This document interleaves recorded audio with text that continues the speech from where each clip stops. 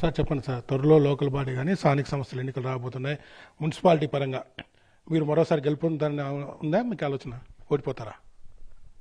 ఏదో మన చెప్పిన వాడు ప్రెస్ చేస్తాంటే అప్పుడే నేను గెలిచినోడిని.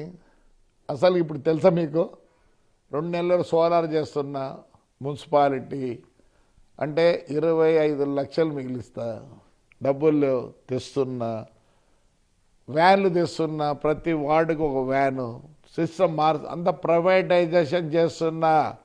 అండర్ గ్రౌండ్ డ్రైనేజ్ కూడా 6 మందికి పంచుతాను ఊరిని. వాటర్ 100% 24 ఇస్తున్నా, బ్రహ్మాండంగా ఇస్తున్నా నీళ్లు. ఏమంటే 5 ఏళ్ళు గడిచిన 5 ఏళ్ళు చెడిపోయిన నరకం అనుభవిస్తాను.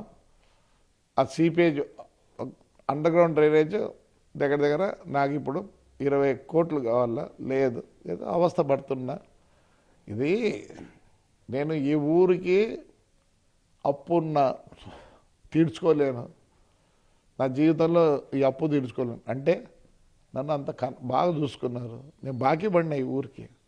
అందుకోసం నాకు వేరే ధ్యాస లేదు, సంపాదన కూడా అవసరం లేదు నాకు.